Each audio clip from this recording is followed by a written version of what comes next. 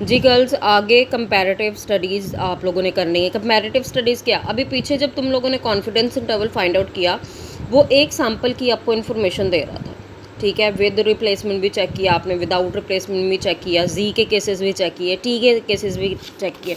ये मैं फिर आपको एक दफ़ा कि आपके पास n greater than equal to 30 है, सिग्मा नॉन जी लगेगा। लार्ज सैम्पल है, सिग्मा अननॉन जी लगेगा। Small sample sigma known Z लगेगा।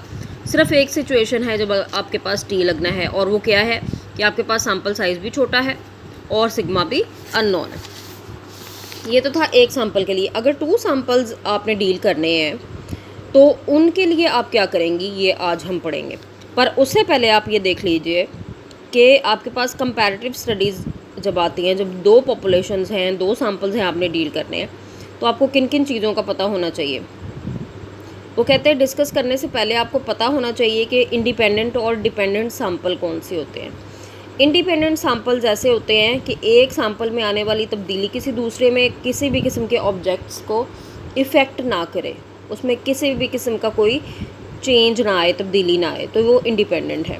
डिपेंडेंट सैंपल्स क्या हैं कि वो सिलेक्ट हुए हैं दोनों पॉपुलेशन से, एक में अगर कोई तब्दीली आती है उसका असर दूसरी में पड़े, ठीक है, तो उससे आपके पास जो सैंपल कहलाएंगे वो डिपेंडेंट कहलाएंगे। और ये पेयर्ड सैंपल भी कहलाते हैं। यूजुअली यही होता है कि एक सैंपल सेलेक्ट किया है, उस पर काम किया है, और फिर उसी सैंपल को या उसी जैसे एक सैंपल के ऊपर काम कर लिया गया। जैसे डाइट 1 है, डाइट 2 है, दोनों का कंपैरिजन आपने कर लेना है। या एक डाइट है, उसको 2 मुख्तलिफ लोगों के ग्रुप्स के ऊपर आपने चेक कर लिया, तो ये डिपेंडेंट सैंपल्स होते हैं। जी गर्ल्स, आज हम अब करने जा रहे हैं confidence interval for difference between 2 population means μ1 and μ2। ठीक है जी, आज आप सबसे पहले करेंगी इंडिपेंडेंट सैंपल के लिए, ऐसे सैंपल जिनका आपस में एक दूसरे पे कोई इफेक्ट नहीं आता। नॉन वेरिएंसेस हैं और एनी सैंपल साइज़ है। समझ आ गई? सैंपल साइज़ बड़ा भी हो सकता है, छोटा भी हो सकता है, लेकिन वेरिएंस नॉन है आपके पास। सिचुएशन क्या है, जी की सिचुएशन है। ये टेबल दोबारा से देख लीजिए। सैंपल साइज बड़ा हो या छोटा हो, अगर सिग्मा नॉन है आपके पास तो क्या लगेगा, इस सिचुएशन में जी ही लगेगा। इंडिपेंडेंट सैंपल्स, ठीक है जी। अब आपके पास फार्मूला क्या होगा इसका, x bar 1 minus X bar 2। 1 किसका होगा, सैंपल 1 का। x बार 2 किसका होगा, सैंपल 2 का। Plus minus Z 1 minus alpha by 2, sigma 1 square over n1, sigma 2 square over n2।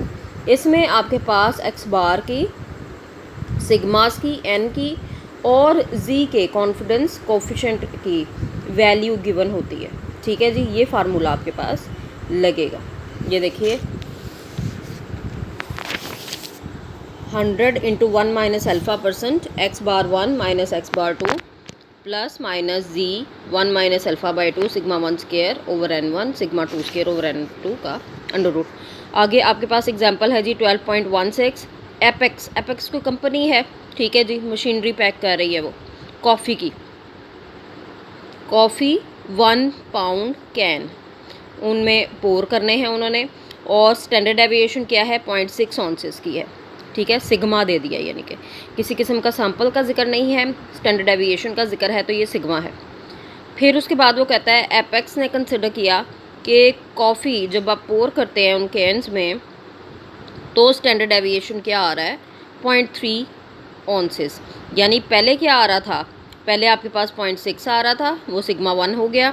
फिर क्या आ रहा था, 0.3 आ रहा था, जो कि सिग्मा 2 हो गया। अब वो कहता है कि वो विश करना चाह रहा है कि वो चेक करे कि उसकी मशीन जो है वो ओल्ड मशीन से बेहतर है कि नहीं। पहले उसने चेक किया 0.6 था, फिर उसने मशीन चेंज की, 0.3 ऑन्सेस का डिफरेंस आ रहा था। वो चेक करना चाह रहा है कि दोनों बेहतर हैं कि नहीं। ठीक है जी, अब आपको इन्फॉर्मेशन क्या उसने दे दी, ओल्ड मशीन जो है उसका सैम्पल साइज़ जो उन्होंने लिया 25 था, x बार 1 16.7 था।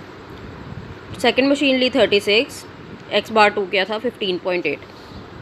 95% कॉन्फिडेंस इंटरवल फाइंड आउट करना है। ये इन्फॉर्मेशन आपको गिवन है, n1 n2 x bar 1 x बार 2 sigma 1 sigma 2। Confidence coefficient 1 minus alpha आपके पास 0.95 है। आप टेबल वैल्यू फाइंड आउट करेंगी, 1.96 आ रही है। ये आपने बहुत दफ़ा प्रोसीजर रन किया हुआ है, इसलिए इसको रिपीट करने की ज़रूरत नहीं है यहाँ। टू साइडेड कॉन्फिडेंस इंटरवल का फार्मूला आप लगाएंगी, एक्स बार 1 की वैल्यू भी मौजूद है, 2 की भी मौजूद है, जेड की भी मौजूद है, सिग्मा 1 स्क्वायर 2 स्क्वायर, ये सारी इन्फॉर्मेशन आपके पास मौजूद है। लिहाजा आप बड़ी आराम से ये लिमिट्स निकाल सकती हैं कि आपके पास लोअर लिमिट आ जाती है 0.65 और 1.15, यानी वो जो भी चेक करना चाह रहा है उसकी वैल्यू 0.65 से लेकर 1.15 के दरमियान में लाई करेगी।